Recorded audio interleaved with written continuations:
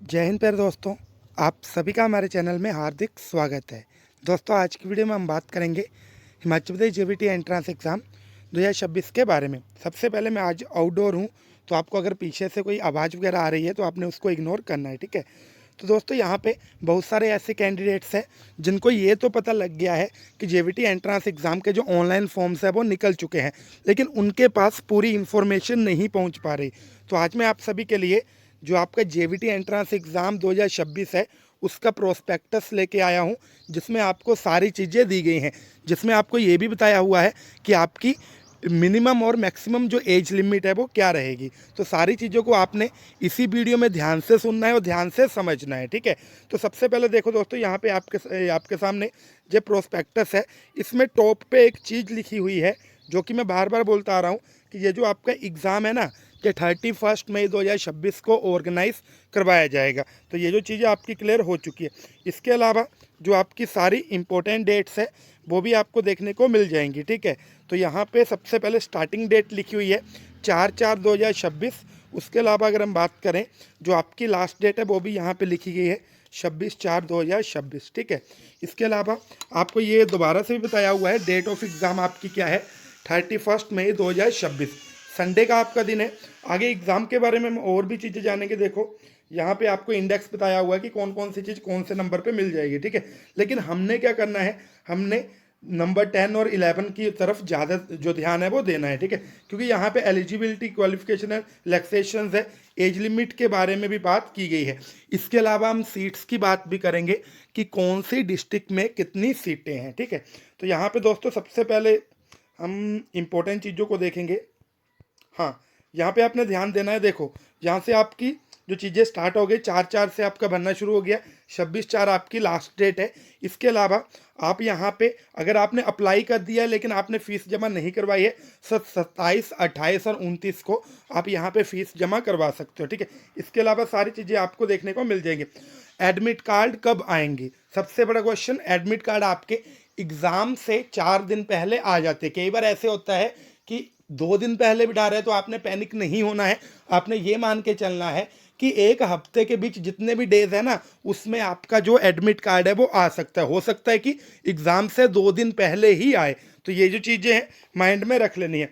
अब देखो, यहाँ पे शेड्यूल ऑफ एग्जामिनेशन बताया हुआ है, जो कि आप सभी के लिए जानना जरूरी है। क्या चीज़ यहाँ पे दी हुई है, सबसे पहले 31 मई को आपका एग्ज़ाम है। Timing, that is important thing, ठीक है। तो यहाँ पे 11 बजे से लेकर 1 बजे तक आपका जो एग्ज़ाम है वो लिया जाएगा। 2 घंटे की ड्यूरेशन रहेगी। इसमें आपको 100 जो क्वेश्चंस हैं उनको सोल्व करना है, ठीक है। चाहे हिंदी हो, चाहे इंग्लिश हो, चाहे मैथमेटिक्स हो, चाहे जीके हो। हर एक पार्ट में से 25 क्वेश्चंस आएंगे, और यहाँ पे आपने जो 25 हर एक पार्ट के क्वेश्चंस है ना, उसको इस तरह से डिवाइड कर लेना है ताकि आपका जो टाइम है वो अच्छे से मैनेज हो जाए। अब आपको पता है जो आपका मैथमेटिक्स है वो थोड़ा टाइम कंज्यूमिंग होता है, तो आपने इस तरह से टाइम मैनेज करना है ना कि आपको उस टाइम पता लग जाए कि भाई हम मैथ को जो टाइम दे रहे हैं, क्या उसकी वजह से हमारा बाकी टाइम तो खराब नहीं हो पा रहा। तो ये जो चीज़ें आपने माइंड में रख लेनी है, ठीक है। इसके अलावा आपको और भी छोटी छोटी मोटी चीज़ें जो है वो बताई हुई है, ठीक है। अभी हम आगे चल के दोस्तों फीस के बारे में बात करेंगे। इसको भरने के लिए आपकी फ़ीस कितनी लगेगी। अगर आप बात करें जनरल की, तो जनरल की यहाँ पे 900 रुपीज़ फीस लगेगी। जो आपकी कैटेगरीज है, SC ST OBC वगैरह, EWS वगैरह, इसमें दोस्तों आपकी 600 जो फीस है वो लगेगी। अगर मान लो आपने टाइम से 26 तक जो है वो अप्लाई नहीं किया, तो 27, 28, 29 को आपकी 500 जो फीस है वो आपकी लेट फीस भी लगेगी। यानी कि अगर आप जनरल के हो, 900 रुपया तो आपका बेसिक लगेगा ही, इसके अलावा लेट फीस आपकी प्लस होकर 500 लगेगी, ठीक है। तो आई होप आपको ये चीज़ें भी क्लियर हो गई होंगी। अभी हम बढ़ते हैं आगे, डेट वगैरह देख लेते हैं। यहाँ पे आपको सबसे पहले, हाँ, ये भी चीज़ इंपॉर्टेंट है बेटे। यहाँ पे देखो किस बारे में बताया हुआ है। देखो, यहाँ पे अगर हम बात करें जो आपकी एलिजिबिलिटी है ना, उसके बारे में यहाँ पे जो चीज़ें हैं वो बताई हुई हैं। देखो, सबसे पहले क्या बताया हुआ है, आपकी एज, एज कितनी आपकी होनी चाहिए, ठीक है। अगर आप 31/5/2009 तक के वॉर्न हो तब आप इसको भर सकते हो, ठीक है। मैक्सिमम जो एज है ना वो आपकी रिलैक्सेशन के आधार पर चलेगी, ठीक है। मैक्सिमम एज है 31/5 1994, ये आपका रहेगा जनरल के लिए, है ना। इसके अलावा जनरल के लिए अगर आप 31/5/2009 के बोर्न हो तब आप इसको भर सकते हो। और मैं आपको बताना चाहूँगा दोनों जो डेट्स ना उनको इंक्लूड भी किया जाएगा। इसके अलावा अगर हम बात करें SC ST OBC जो आपकी रिजर्व कैटेगरीज है, उसमें क्या है, जो आपकी अपर एज है उसको 5 साल का फ़ायदा दिया हुआ है। यानी कि अगर आप SC ST OBC के हैं तो अगर आपकी DOB 31/5/1989 तक है तो आप अप्लाई कर सकते हो। इसके अलावा दोस्तों यहाँ पे 31 मई 2009 तक आपकी लोअर एज रहेगी। यानी कि अगर आपकी जो एज है ना, जो आपकी डेट ऑफ बर्थ है वो 31/5/2009 यहाँ तक आ रही है, ज़्यादा से ज़्यादा यहाँ तक आ रही है, तो आप इसके लिए अप्लाई कर पाओगे। ठीक है, आई होप आपको ये पता लग गया होगा। अभी हम दोस्तों बात करेंगे कितनी सीट्स वगैरह यहाँ पे अवेलेबल है। सबसे पहले जी आपके सामने जो मैंने पेज ओपन किया है ना, 1 मिनट, जो भी मैंने पेज ओपन किया है बेटे, जी आपके सामने सरकारी सीटों का है। ठीक है, जो आपकी सरकारी सीटें हैं वो टोटल 900 है। इसके अलावा दोस्तों अगर हम बात करें प्राइवेट की, है ना, तो प्राइवेट है आपकी 1550। ऑल ओवर टोटल आपकी जो मिला के बन रही हैं वो बन रही है बेटे 2450, है ना। तो आपने 2450 सीटों के लिए फाइट करना है, उसमें भी जो आपकी सरकारी 900 सीट्स है ना उसके लिए आपने फाइट करना है। मैं आपको एक चीज़ और बता दूं, आपने एक चीज़ का और ध्यान रखना है। मान लो आपके जो आपको सरकारी सीट मिली है लेकिन लोकेशन दूर है, मान लो आप उन्ना से बिलोंग करते हो और आपको चंबा में सरकारी सीट मिल रही है, तो मैं आपको बताना चाहूँगा कि वहाँ पे रहने का, खाने पीने का आपको खुद ही करना पड़ेगा ना। जो भी हॉस्टल रेंट वगैरह होगा उसमें फूड वगैरह जो आपका इंक्लूड है वो नहीं किया गया होता है ना। तो इससे बेटर ये नहीं है आपको अपने घर के पास ही जो प्राइवेट सीट है वो मिल जाए ना, क्या ही फ़र्क पड़ता है, खर्चा उतना ही आएगा। सरकारी और प्राइवेट JBT में कोई भी डिफरेंस नहीं है। ठीक है, सिर्फ फीस का डिफरेंस होता है।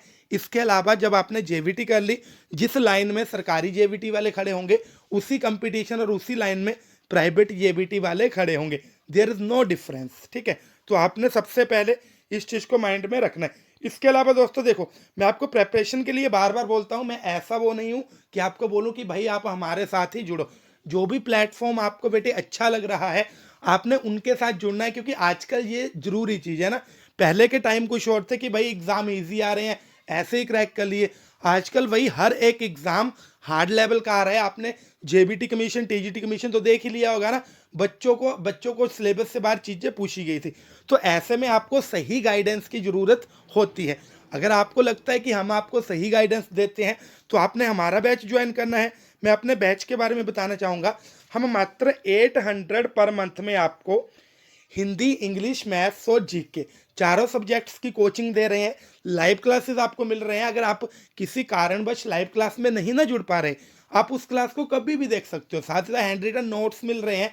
हर एक संडे को आपका एक वीकली टेस्ट ऑर्गेनाइज करवाया जाएगा ताकि आपको टाइम मैनेज करने का पता लग जाए, ताकि आपको ये चीज़ें पता लग जाए कि जो आपका एग्ज़ाम है वो किस तरह से आता है।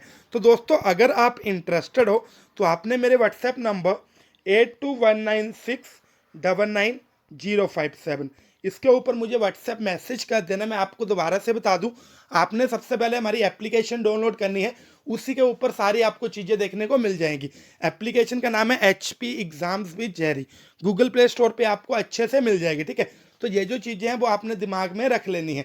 इसके अलावा दोस्तों आपने हमें इंस्टाग्राम पे भी फॉलो करना है, क्योंकि अगर हम आपके लिए इतनी मेहनत कर रहे हैं तो आपके एक जो फॉलो है ना, एक जो हमारा सब्सक्राइब है, वो हमें एक मोटिवेशन सी देता है। आपके लिए 1 सेकंड लगेगा चैनल को सब्सक्राइब करने में या इंस्टाग्राम पे फॉलो करने में, लेकिन उससे हमें जो मोटिवेशन है ना वो कुछ अच्छा करने की मिलेगी। तो मुझे उम्मीद है आपको सारी इस वीडियो में बताई हुई चीज़ें समझ आ गई होंगी और आपकी जो कन्फ्यूजन्स वगैरह है वो दूर हो गई होंगी। तो दोस्तों मिलते हैं अगली वीडियो में, तब तक के लिए थैंक यू। जय हिंद, जय भारत, जय हिमाचल।